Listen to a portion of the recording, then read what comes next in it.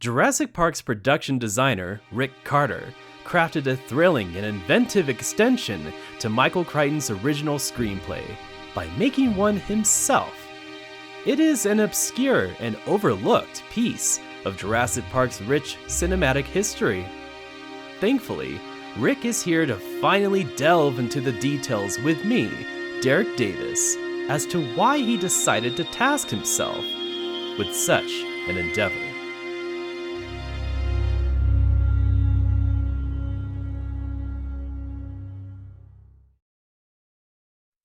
You took Michael Crichton's final draft of his script for the original Jurassic Park. Like, that was his last draft. He was only going to do a few and then hand it off to someone else.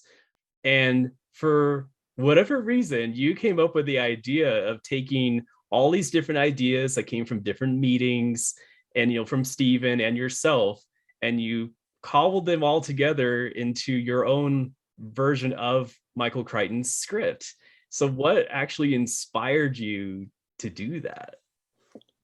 Well, I think, first of all, I'm young and wildly ambitious, and not ambitious because I wanted to be the screenwriter. That wasn't going to happen. It had to do with Steven and all of us were having such amazing conversations as we explored where the movie could go based upon Michael's book. And I knew Michael Crichton through my mother. So I already knew him as a person independent of all of this. So I knew what he was writing from his book and the conversations with Steven. Then we were developing all sorts of ideas for scenes and contexts that it was fine for him to do his version. But when it went to the next step, there was Malia Scotch-Marmo who was brought on. And I wasn't part of those meetings.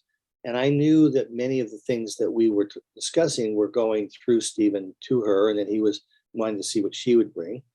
But it was making it a little bit hard, as I remember, to know what to coordinate for the art department to focus on.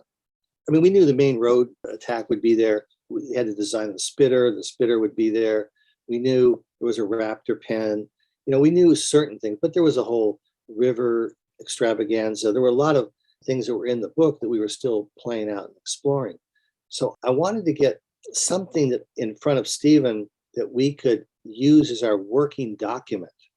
And I started to write sort of memos that would outline scenes, and I'd throw images with them and that kind of thing. But it got to be where it almost was easier to do it as a screenplay form.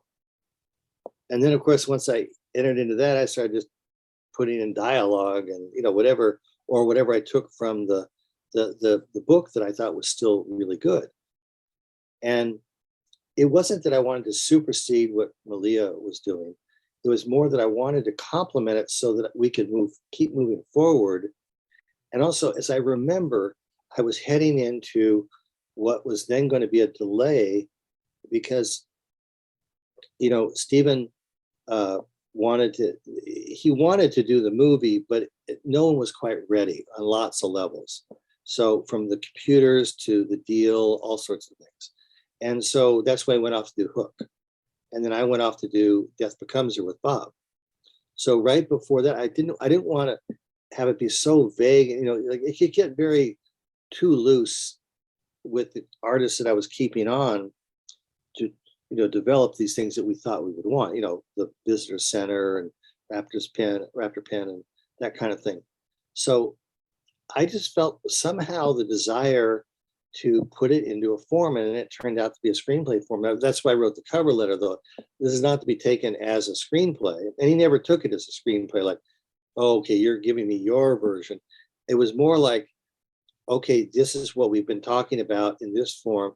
So then Malia did her version, but in a way, it as I remember, but I may be wrong, it did kind of drift off from certain things we were talking about that didn't build upon what Michael had done in quite the ways that I was trying to build upon that. And then, of course, that came back once they brought David Koepp on. And then I had known David Koepp at that point a little bit because of Death Becomes Her. So it all kind of got back on track in terms of the communications.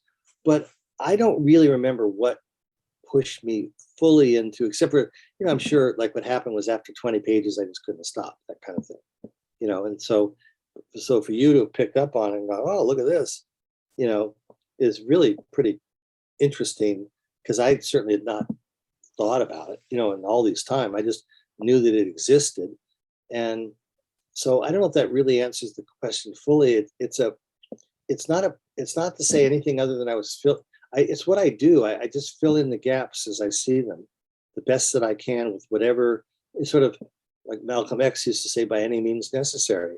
And that became the means at that moment to convey what I thought was a version that I think maybe I might have felt that certain things might have gotten dropped or waylaid, in the process. And I wanted to make sure there was some form given to them, so that if we were going to not do them, that we would, know why, give them their due, if that makes sense. Yeah, So, that makes sense. that's my memory of it at the moment. What did Steven Spielberg think when he saw your script, knowing that you weren't trying to supersede anybody, but like, what did he think of your collection of ideas? I think he registered it. I really don't remember specifically, like, what you call it, said, good job or bad job, or why are you doing this, or good job. He certainly never put me down for doing it. I think I'd have to ask him. He probably has even forgotten it, but I'm guessing that what he thought was, it's good to have this because this reflects a lot of our conversations, and maybe seeing how it played out, maybe he might have felt that the road he was on wasn't going to get him where he wanted to go. So it was good to have that.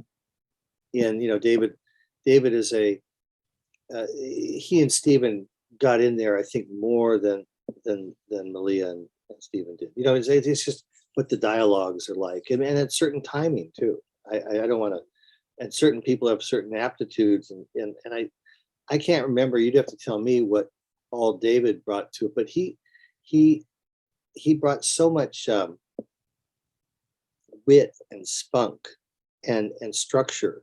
He's really, really good with that. I mean, he just really knows how to set up scenes that have tension and drama and wit. Yeah, he really made the characters come alive in his drafts, for sure. Like, he found a way to tap into the spirit of what Crichton had created in his book, and just expand upon that in a way that could come across, for one, in a shorter time span, just 2 hours instead of 400 pages, but also to really give that kind of more personal connection, because I know Crichton's characters aren't usually very personable characters. That's not how he writes. I think the other part of it is, Stephen was looking for, John Hammond to be more of a visionary, like Walt Disney, really, if you think about it. I mean, someone that you could believe in their vision. Just has a flaw in it, but it's not inherently just money grubbing and doesn't give a shit about anything. That way, Stephen could really build into the desire to have it work, and the awe of the dinosaurs. And then when it comes crashing down, you feel that there's a hubris that the humans have had, but you understand why they would do it, if they could. And so that creates a much better tension than already knowing that your adversary. I mean, the adversary, again, it's human nature. It's not because someone's a bad person. It gets a little more into that kind of thing in the next one, and the next one, and the next one. The first one, there's really no bad person. I mean, if you think about the last part of the movie of number one, you do this whole thing in the beginning of that movie, which is, it's like going on a ride. You get just a little bit of a you don't even see a raptor, but you get a little bit of a tease that something's going on. You don't see a dinosaur for an hour. And then that's why Malcolm goes, are we going to have dinosaurs on this? Because he's commenting on the fact that it's a dinosaur movie, we haven't seen any dinosaurs. But it's a buildup of going through, first it's the whole, what is the park, and paleontology as subjects, then the security of the place, then the condition that it's in with the storm coming, and and then you have the how the dinosaurs were created with Mr. DNA. And so there's like 5 subjects that you actually, while you're waiting in line, are informed about. Yeah, and it worked. Thought it was interesting that you went in and you found all that stuff, and then you saw the imagery that had not been like published somewhere else, and so you saw John's work, and Tom Cranham, and and all these people that really maybe that never even showed up in the some of it in the final versions of the books they got that they made. So, and I appreciated the seeing you actually play out that story as I had written it, which was a kind of an amazing thing to see it actually played out like that. So I appreciate that. Thank you. No, I'm really glad. I mean, you enjoying it is like, that's like the ultimate compliment, honestly, for me and everyone who made it. Because I mean, it took like a whole, team of people really to, bring it to life. Like I was kind of like the architect of it, but at the same time, I had one of my friends, Bernard A. Kyer, he actually did all the audio and like edited the audio together. He also composed the amazing music score that you hear throughout the presentation, while a group of big Jurassic Park fans, lent their voices to play all the characters, including Bernard and me. So I took his audio version, then gathered up all the production artwork I could find with other materials, like, I don't know, hundreds or thousands of files, and then visually to bring it to life. At the same time, Philip Humboldt created some illustrations to fill in the blanks for things that were specific to your script that, as far as we know, didn't exist in any official files to help illustrate your script's vision.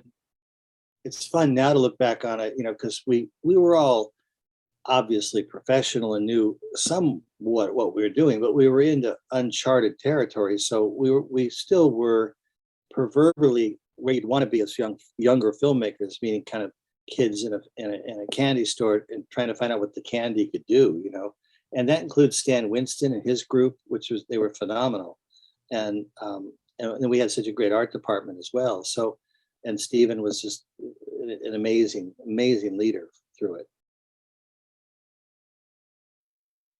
Rick Carter's script that he created for Jurassic Park may be the only one he has ever written, but it stands as a testament to how detailed he can be with his work.